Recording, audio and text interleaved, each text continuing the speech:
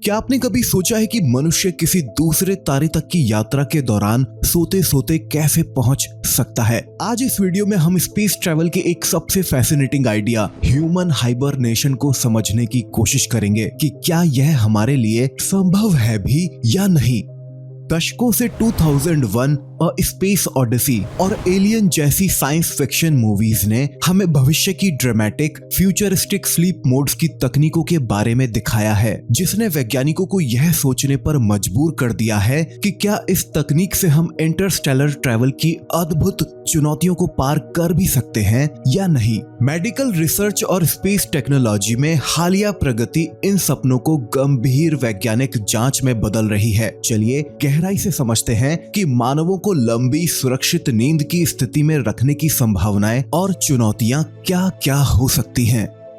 सबसे पहला सवाल जो मन में आ सकता है कि इंटरस्टेलर ट्रैवल आखिर जरूरी क्यों है? मानव जाति के लिए इंटरस्टेलर ट्रैवल जरूरी है क्योंकि यह हमारे अस्तित्व को लॉन्ग टर्म सिक्योरिटी प्रोवाइड करने का एक जरूरी तरीका है। पृथ्वी पर जनसंख्या वृद्धि, प्राकृतिक संसाधनों की सीमितता और पर्यावरणीय बदलाव जैसे कारण भविष्य में मानव जीवन के लिए खतरा बन सकते हैं, और यह खतरा सिर्फ इन्हीं कारणों से नहीं बल्कि सौर मंडल से भी आ सकता है, जैसे एस्ट्रॉइड इम्पैक्ट या हमारे अपने सूर्य से। जी हाँ, सूर्य जो लगभग 4.6 अरब वर्ष पुराना है, अपने मेन सीक्वेंस फेज में है और धीरे धीरे अपनी चमक और ऊर्जा बढ़ा रहा है। वैज्ञानिकों के अनुसार सूर्य की कुल चमक हर 1 अरब वर्ष में लगभग 10% तक बढ़ती है। यह प्रोसेस इतनी धीमी है कि इसे महसूस करने में समय लगता है, लेकिन जब हम अरबों के पैमाने पर देखते हैं तो यह बढ़ती हुई ऊर्जा महत्वपूर्ण साबित होती है। बढ़ती हुई चमक का मतलब है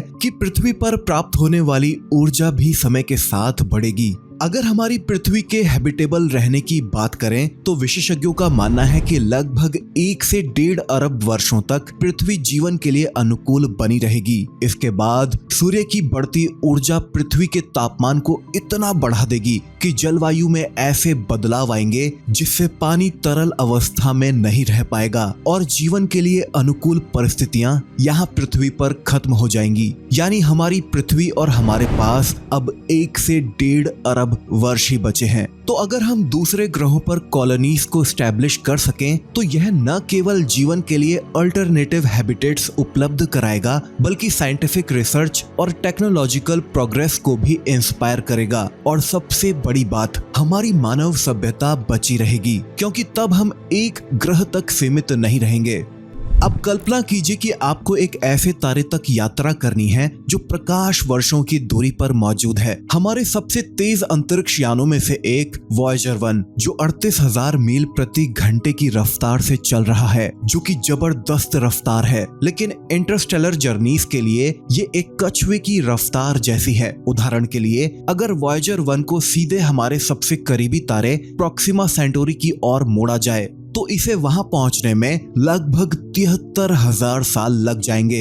यह विशाल समय सीमा दिखाती है कि वर्तमान मौजूद रफ्तार के बावजूद तारों के बीच ह्यूमन ट्रैवल में यात्रा के समय में सैकड़ों से हजारों वर्षों का अंतराल हो सकता है। ऐसे वास्ट डिस्टेंसेस को संभव बनाने के लिए हमें इनोवेटिव सॉल्यूशंस की जरूरत है। समय की इस समस्या का एक इंटरेस्टिंग आइडिया है ह्यूमन हाइबरनेशन, जिसे सस्पेंडेड एनिमेशन के नाम से भी जाना जाता है। इस कॉन्सेप्ट में हमारे शरीर के मेटाबॉलिज्म को धीमा करके बहुत लंबे समय तक नींद की स्थिति हासिल की जा सकती है, जिससे उम्र बढ़ने की प्रोसेस लगभग रुक जाती है जब तक कि हम अपनी डेस्टिनेशन तक न पहुंच जाएं। जबकि हाइबरनेशन कई जानवरों के लिए एक प्राकृतिक जीवित रहने की प्रोसेस है और फिल्मों में एक पॉपुलर प्लॉट है। हम मनुष्यों के लिए यह काफी बड़े साइंटिफिक और एथिकल क्वेश्चंस को उठाता है। आफ्टर ऑल हम मनुष्य नेचुरली लंबे समय तक इनएक्टिव रहने के लिए नहीं बने हैं, इसलिए वैज्ञानिकों को इसे संभव बनाने के लिए नए मेडिकल और बायोलॉजिकल क्षेत्रों को एक्सप्लोर करना होगा। मानवों में हाइबरनेशन जैसी स्थिति पैदा करने के लिए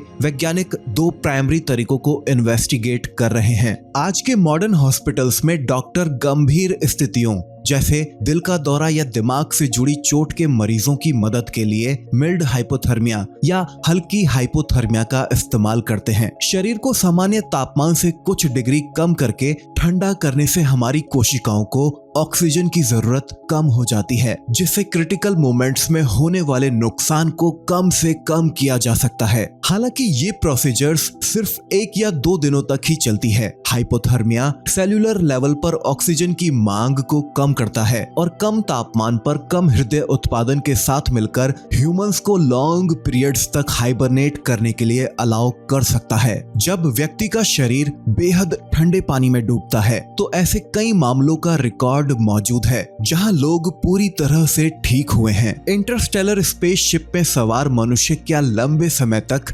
हाइपोथर्मिया से बच पाएंगे? और ध्यान दें, यह लंबे समय से मतलब हजारों सालों से है। ऐसी स्थिति का दिल, दिमाग, त्वचा, आंख, गुर्दे, रक्त वाहिकाओं और दूसरे अंगों पर क्या प्रभाव पड़ेगा, यह काफी हद तक अभी तक अज्ञात है। लंबी अंतरिक्ष यात्राओं के लिए इस मेथड को अडेप्ट करने के लिए शोधकर्ताओं को सुरक्षित रूप से ठंडा रहने की इस समय सीमा को बढ़ाने और महीनों या वर्षों तक अलग अलग ऑर्गन्स और शारीरिक प्रणालियों पर पड़ने वाले प्रभावों को मैनेज करना सीखना होगा। जीव जंतुओं की दुनिया में कई प्रजातियां मुश्किल परिस्थितियों या खाने की कमी से बचने के लिए टॉपर या हाइबरनेशन की स्थिति में चली जाती हैं। उदाहरण के लिए कुछ आर्कटिक ग्राउंड गिलहरियां और चमगादड़ों में हाइबरनेशन के दौरान उनका मेटाबॉलिज्म, शरीर का तापमान और हृदय गति काफी कम हो जाती है। यह नेचुरल प्रोसेस उन्हें बिना किसी बाहरी हस्तक्षेप के ऊर्जा बचाने में मदद करती है। वैज्ञानिक इन प्रोसेसेस के पीछे के जेनेटिक और बायोकेमिकल रहस्यों को उजागर करने की उम्मीद कर रहे हैं ताकि इन्हें मनुष्यों में भी लागू किया जा सके।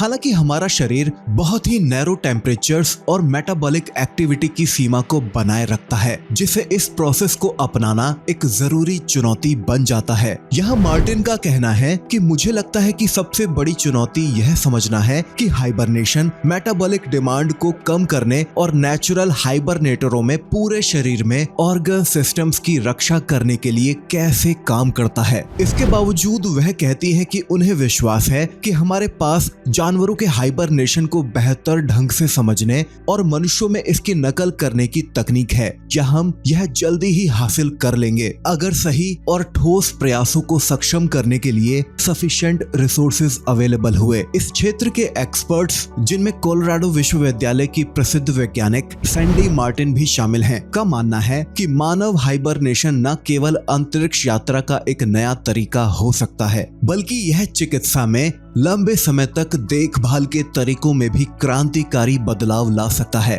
लगातार भोजन, पानी, ऑक्सीजन जैसी आवश्यकताओं को कम करने से हाइबरनेशन लंबी अंतरिक्ष यात्राओं से जुड़े जोखिम जैसे रेडिएशन से होने वाले नुकसान को भी काफी कम कर सकता है। अत्याधुनिक शोध इस बात पर फोकस्ड है कि पृथ्वी पर कुछ जानवर सुरक्षित रूप से हाइबरनेशन में कैसे चले जाते हैं और उससे बाहर भी निकल पाते हैं, और क्या मनुष्यों में भी इसी बायोलॉजिकल पाथवेज को एक्टिव किया जा सकता है। जेनेटिक्स, मेटाबॉलिज्म और सेल्स बायोलॉजी की स्टडी धीरे धीरे उन कॉम्प्लेक्स फैक्टर्स को अनकवर कर रही है जो एक दिन हमें भी इस नेचुरल प्रोसेस की नकल करने में सक्षम बना सकते हैं। इन संभावनाओं के बावजूद मानव हाइबरनेशन कई प्रैक्टिकल और एथिकल क्वेश्चंस को जन्म देता है, जैसे कि अंतरिक्ष यान में सो रहे क्रू मेंबर्स की निगरानी कौन करेगा और उनकी सुरक्षा कैसे एंश्योर्ड की जाएगी। क्या एक एडवांस्ड आर्टिफिशियल सिस्टम इतना रिलायबल होगा कि वह इमरजेंसीज में सिचुएशंस को संभाल सके और क्रू को जगा सके। इसके अलावा हाइबरनेशन के लॉन्ग टर्म इफेक्ट्स जैसे कि दिल, दिमाग और किडनी पर पड़ने वाले दुष्प्रभावों को लेकर भी चिंताएं हैं। ये भी एक अनसुलझा प्रश्न है कि क्या किसी व्यक्ति को जीवन में एक से ज्यादा बार सुरक्षित रूप से हाइबरनेशन में भेजा जा भी सकता है। ये चुनौतियां दर्शाती हैं कि भले ही यह कॉन्सेप्ट आकर्षक हो, मानव हाइबरनेशन को वास्तविकता में बदलने के लिए मेडिसिन, इंजीनियरिंग और एथिक्स के फील्ड में जरूरी ब्रेक थ्रूज की जरूरत है।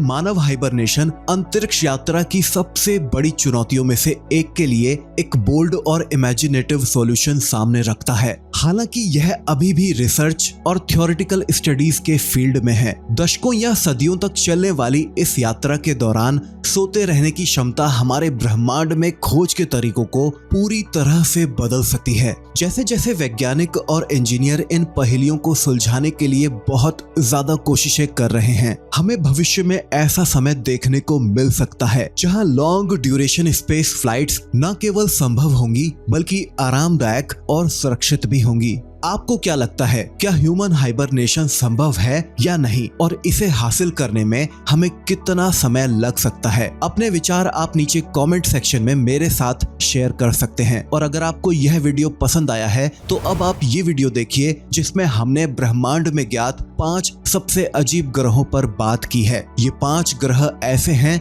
जो किसी बुरे सपने जैसे हो सकते हैं। इस वीडियो का लिंक आपको नीचे डिस्क्रिप्शन में, पिन्ड कमेंट में, ऊपर आई बटन पर और अभी एंड स्क्रीन पर भी दिखाई देगा। चलिए मुलाकात होगी आपसे अब अगली वीडियो में। तब तक के लिए चैनल को सब्सक्राइब कीजिए, नोटिफिकेशन बेल को ऑल पर कर रखिए ताकि जब भी मैं कोई नया वीडियो डालूं आपको नोटिफिकेशन सबसे पहले मिले। जय हिंद, वंदे मातरम।